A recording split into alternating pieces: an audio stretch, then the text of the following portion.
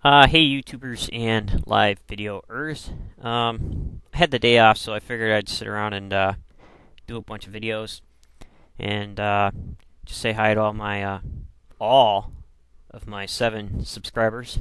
Thank you for at least watching and maybe signing up. I don't know exactly if you're getting anything, but hopefully it's loads of fun.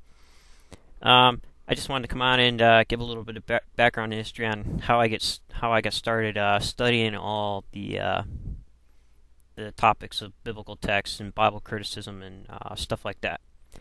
Well, it all started when I took a anthropology class at Keystone College.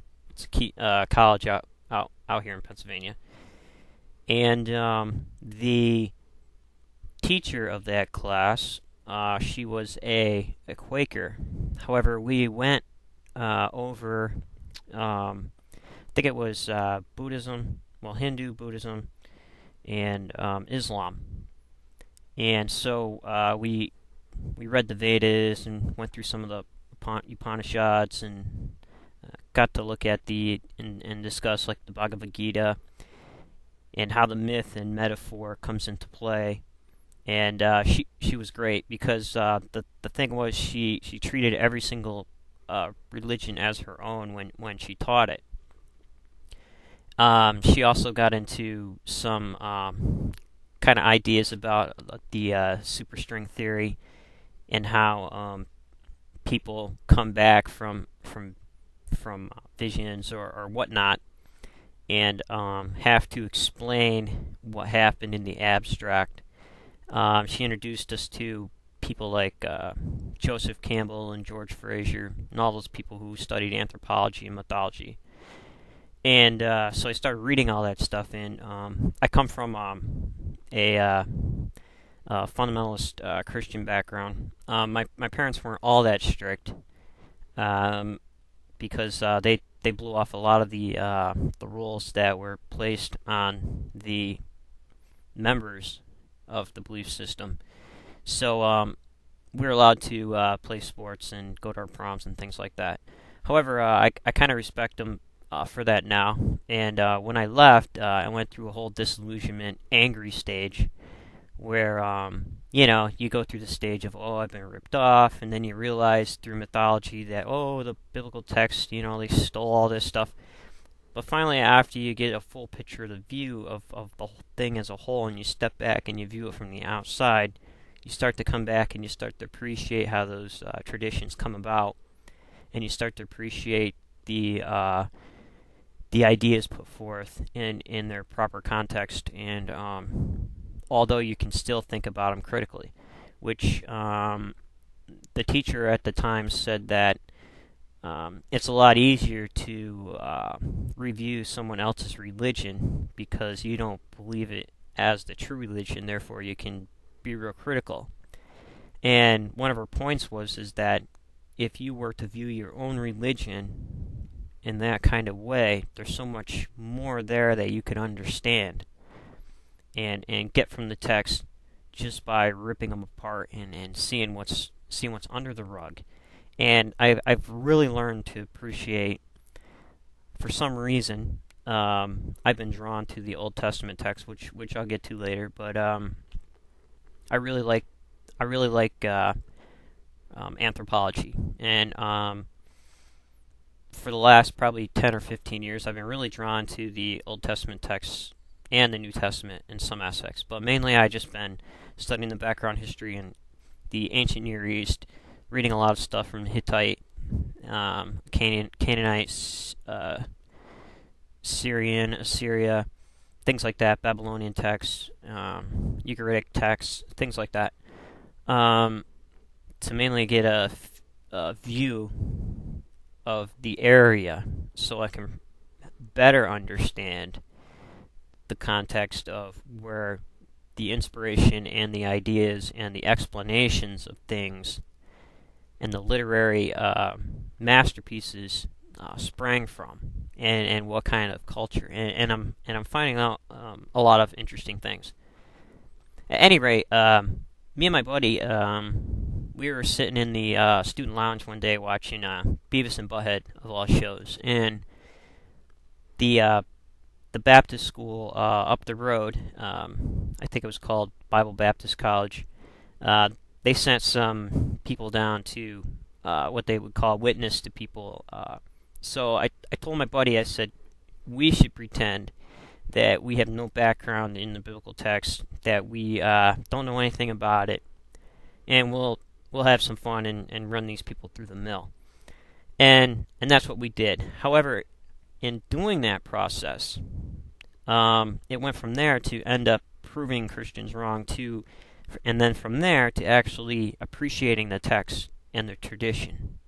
So when we got to the point where we're going to prove these guys wrong, we found all this stuff out about history, and like a lot of people, especially like on YouTube, they point out all these inconsistencies, and as if it's one up or a point for them, or that they're going to disillusion the Christian and not be able to get an explanation. And that's why I often wonder why biblical students in Bible colleges don't study anthropology, because it would be extremely important to get the full picture and to really see the context in the area and the ideas that were floating around at that time. It's very important, and the use of the metaphor is very important. So I don't have a problem with seeming the inconsistencies in the text, because I know that some of those were law codes, and I'm not of the traditional thinking that the total book of the epic, the Torah, was written by one person, Moses. There was probably 3 or 4 different writers to that, different sections of different time periods, coming from different areas, different schools of thoughts, different ideas on how that epic should form, and different ideas about the covenant placed together in a flowing epic that can later be read by a nation of people, which to me is really fascinating. However, what I learned on how to do research, my buddy would read a book and he would be, oh man, you gotta check this book out, so I'd read it, and then while I'd be doing that, he'd be running through the bibliography, getting all those books, and then so we ended up accumulating a lot of information. You go to his house, he has like books everywhere, books upon books on anything like mythology, all this anthropology stuff, and anything else he happened to be interested in. So I still borrow some of those books, and he sends me binders of stuff from it could be archaeology research in Canaan, stuff like that, and so I was able to be exposed to all these really great Bible scholars and researchers, and also on the other side, people who were also critical and really pointed out some really good issues and challenges that need to be addressed and rethought.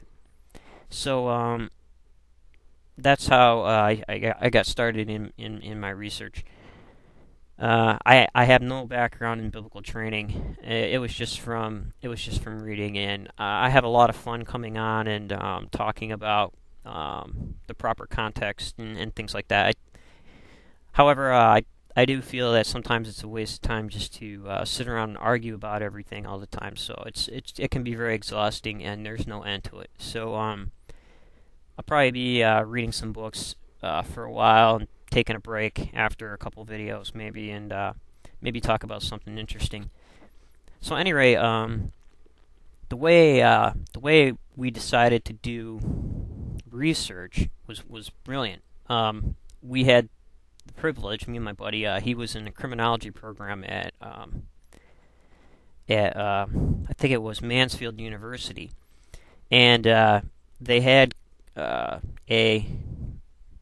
a seminar with Roy Hazelwood, who was the behavioral science part of the sex crimes unit in the FBI. So he pioneered a lot of the ideas about paraphilias and things like that, and profiling, and how to catch criminals and blah blah blah. So that was an awesome seminar, because one of the things he said not only applied to criminology, applied also to biblical research. And after I got thinking about it, because what he would do is he said that if you want to know any kind of information about a criminal, you ask their exes.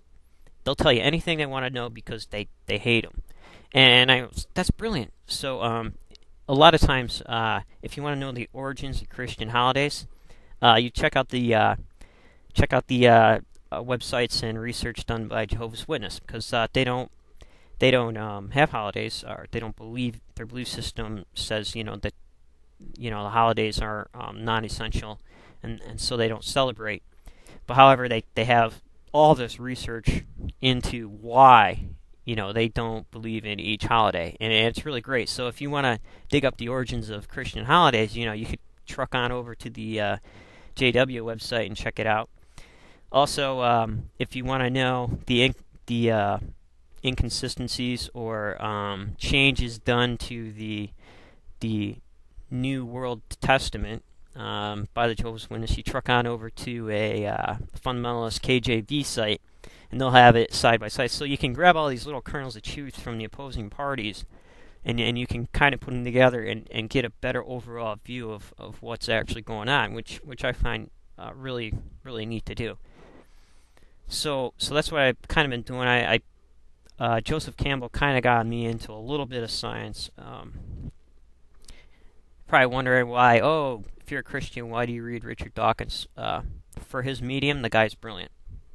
And Stephen Hawkins and some other those people who are in that section of science and have been very outspoken on religious issues in their mediums, they're so brilliant, and they definitely need to be noted and recognized for the hard work that they've done. These people have done the research. They've read all the articles. They sat around and thought about all these issues, and they put in the hard work. Just like some of the biblical scholars who, I think Frank Cross, he got to work on the Dead Sea Scrolls, and there was another one. I think his name is I can't remember. It's the Anchor Bible series. He wrote Genesis, the Genesis commentary for that. Just brilliant people. They know all kinds of languages, cuneiform and Hebrew and Greek, and they know the Akkadian root words for things, and so those people, even though they are denominational, they end up being non-denominational because they've done so much research, and even though they believe one thing, the research and things like that, they can still talk about it critically and still have an appreciation for the text, and that's probably like one of my goals that I'm trying to do. So as I go through this, I'm not really stuck on one text. I usually like to read, like the Upanishads and the Bhagavad Gita, things like that from Hinduism, and then I really like the ideas of the Buddhists because they're more psychologically, and if you could take all that and apply it to Christianity, I always thought you'd have a pretty interesting religion. So that's all I'm going to be talking about today. So all right, thanks for listening, those who did, and keep up the good work and keep digging. Talk to you later.